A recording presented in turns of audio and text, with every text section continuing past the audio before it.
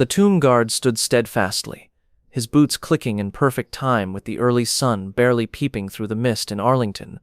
21 steps. Halt, turn, repeat. His weapon glittered against the grave of the unidentified soldier's sacred marble as the audience watched in silence. Then a man in a suit worth more than most people's homes gave a loud, poisonous cry. He stepped over the rope and snarled, "You're just a prop," his voice daring the guard to recoil. Sensing a storm, the crowd froze. No one, not even the tourists or the man's trembling assistant, understood that this silent, stoic tomb guard had been under enemy fire in Syria and bore invisible scars. And in a matter of seconds, a single careless deed would destroy a billionaire's enterprise and expose a reality about power that money could not purchase. Before we continue this story, don't forget to subscribe with the notifications bell on. Tell us in the comments section where you are watching from. Join us in preserving their memory if you still think that virtues like bravery, honor, and sacrifice are important. On this crisp fall morning at Arlington National Cemetery, the foliage gleamed in gold and scarlet hues under a pale sun laced with clouds, and the Virginia air held a subtle chill that was harsh enough to sting the lungs. With its rows of white headstones, each inscribed with names, dates, and tales of sacrifice, the cemetery spanned undulating hills like silent sentinels. The tomb of the unidentified soldier stood at the center of this hallowed space, its marble surface shining with a silent, unwavering dignity. On the stone plaza, a group of veterans, families, and visitors stood at a respectful distance, their footsteps quiet, their words low. Everyone felt the weight of the site, where history was not only remembered but lived, even though some people carried cameras and others clutched guidebooks. The tomb's sentinel, Ryan Mitchell, moved with an almost mechanical precision, but with a deep sense of grace. 21 steps of pause, a swift turn, the click of his polished boots resonating in the silence, the rifle moving textbook accurately from shoulder to shoulder. His navy blue uniform was spotless, with every button shining and every crease crisp, a tiny but proud emblem of his job. The tomb guard insignia on his chest glinted in the dawn light. His face was unreadable, a mask of discipline forged through years of training and a tour in Syria, where he'd earned a silver star for leading his squad through a brutal ambush, his visible and hidden scars carried with the same quiet resolve as his rifle. Ryan was a tall man, 6'1", with brown hair cropped close to his scalp and green eyes that remained focused on an invisible point in the distance. In reverent stillness, the audience listened as a young kid, perhaps 8 years old, pulled at his father's sleeve and whispered loudly, "Dad, why does he walk like that? He gets tired, doesn't he?"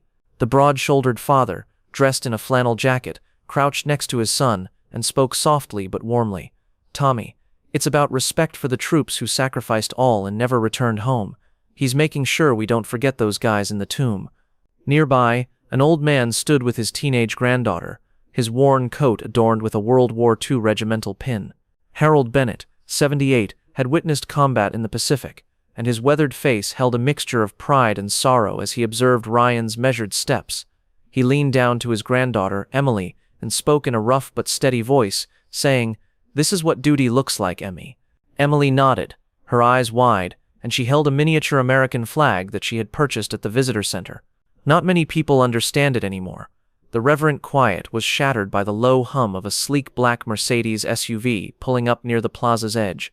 Its polished surface reflected the golden leaves, and its presence felt out of place, like a shout in a library. The driver, a nervous man in a black suit named Davis, scrambled to open the rear door, but Victor Langston was already stepping out, his impatience radiating like heat. At 55, Victor was the embodiment of corporate power, silver hair swept back with meticulous care, a bespoke charcoal suit tailored to his lean frame, and a Rolex Daytona glinting on his wrist, its gold face catching the sun. His gray eyes, sharp and calculating, scanned the scene with a mix of disdain and boredom. "Too slow, Davis," he snapped, brushing past the driver without a glance. "We're on a schedule, and I don't have time for dawdling." His executive assistant, Margaret Hayes, a sharp woman in her mid-30s, hurried to keep pace, her navy blazer pristine and her iPad clutched tightly. She tapped at the screen, her voice professional but edged with caution. "Sir, the Tech Summit venue meeting is at 2 in DC. This might have been done remotely. Don't waste time." "Margaret, I don't trust pictures or virtual tours," Victor said sharply as he waved her away. Victor's voice pierced the hushed reverence like a blade, and a few tourists furrowed their brows as he said, "If Langston Innovations is going to host the biggest AI summit this city's ever seen, I need to see the space myself." He pointed dismissively at the cemetery. "But I don't understand why anyone would choose this dusty old graveyard over a modern conference center." A woman in a red coat whispered to her husband, "Who does he think he is?" Harold Bennett had heard men like Victor before, men who believed their wealth made them untouchable, and his jaw clenched as he placed a protective hand on Emily's shoulder. Margaret followed, her face taut, her heels clicking quieter but no less urgently.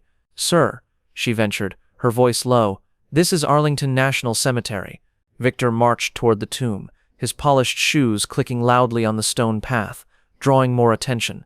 "It's more than just a location," Margaret said. "It's a graveyard." Victor interrupted, his sneering loud enough to draw attention. "It's just a memorial to the past. With AI, quantum computing, and international marketplaces, my company is redefining the future." His Rolex flashed as he waved at the tomb, saying, "That's real power. This is a tourist trap, plain and simple." The crowd's muttering, a mixture of discomfort and annoyance, increased. "Typical DC hotshot," mumbled a man standing next to his wife, wearing a veteran's cap. "Some people believe that money can buy respect," Harold said, leaning nearer Emily as a young couple in a stroller moved away, the mother saying, "This guy's trouble. They're wrong." Victor, unaware of the mounting anxiety, halted just outside the velvet rope separating the audience from the plaza of the tomb. His brows narrowed as he observed Ryan, who marched forward with unflinching accuracy. With a voice that could be heard throughout the plaza, Victor said, "Look at this guy," describing him as a living statue. "What's the purpose here?" "The tomb guards are elite soldiers, sir," Margaret said, shifting uneasily and clenching her fingers around her iPad. As he marched in circles like a wind-up toy, Victor interrupted, his laugh cutting at what Margaret had described. "My engineers code algorithms that run the world while this guy plays dress-up for selfies."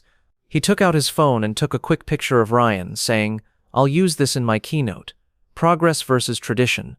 As Harold's hands tightened behind his back and his expression darkened, Emily said, "Grandpa, why is he being so rude?" Harold said in a calm, low voice, "He has money, but no class. Men such as he are incapable of understanding sacrifice." As the tension in the gathering increased, a father told his daughter, "That man isn't meant to talk like that here." Sensing the focus, Victor leaned into it and raised his voice, saying, "You know, Margaret, we'd automate this job in Silicon Valley." Those who knew the tomb guards could see the subtle tension in Ryan's posture, the coiled readiness of a soldier who'd faced worse than a loudmouth CEO in the Syrian deserts. His tour there had taught him to stay calm under fire, to hold the line when chaos threatened. The man checked his watch, a purposeful gesture meant to emphasize his importance. Time, money, and minds worth more than anyone in this crowd. Ryan's face remained impassive, his eyes fixed forward. Seeing no response, Victor became more confident, and his tone became sarcastic. "Hey, army boy, how much does this job pay?" Margaret gripped her iPad tighter, her professional mask falling off, and said, "Sir, maybe we should not now." Victor yelled, his eyes still fixed on Ryan. "I'm curious. Bet my driver makes more than you, and he doesn't have to stand like a mannequin." Davis, the driver, winced, his face flushing as he looked away, obviously embarrassed. What does it take to get this guy to react? Discipline or simply obstinacy? The crowd's whispers became quiet as the confrontation progressed, and a small boy gripping his mother's hand questioned, "Mommy, is that man permitted to yell like that?" Harold stepped forward, his aged hands clutched securely behind his back, while Emily remained close, her small flag shaking in her grip, while his mother shushed him, her eyes wide with uneasiness. The silence gave Victor more confidence, so he spoke up even more. "You know who I am. Victor Langston, CEO of Langston Innovations. The market capitalization of my company exceeds that of half of the NATO nations. I've had dinner with presidents and negotiated agreements that sustain this economy. How about you? You're just a prop in a history lesson." He waited for a response that never materialized. Ryan's unwavering silence was like a wall, and his steps continued. 21. Pause. Turn. Shift. Victor's smile tightened, a flush creeping into his cheeks. Victor wasn't used to being ignored in his world. People jumped when he spoke, bowed to his wealth, and feared his influence. His voice dropped, but the edge was sharper. "Let's try this," he said, his tone dripping with condescension. I'll donate $1 million to whatever veterans charity you pick if you say, "Good afternoon, Mr. Langston." Right now, shock rippled through the throng, and Tommy, the youngster, grabbed his father's knee and whispered, "That's not fair, Dad."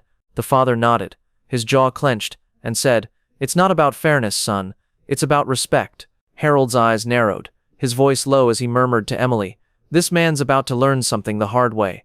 Ryan didn't flinch. His steps remained steady, his rifle held at the precise angle, his discipline a silent rebuke to Victor's arrogance. Victor's frustration boiled over his face, reddening.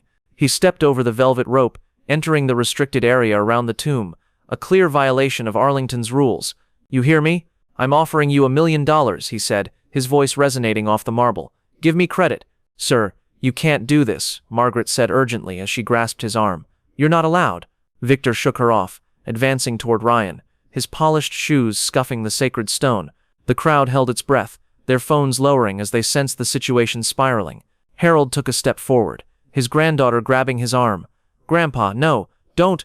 But Harold's eyes were locked on Ryan, a silent signal of solidarity from one soldier to another. Ryan stopped mid-step, an unprecedented break in protocol that sent a jolt through the crowd.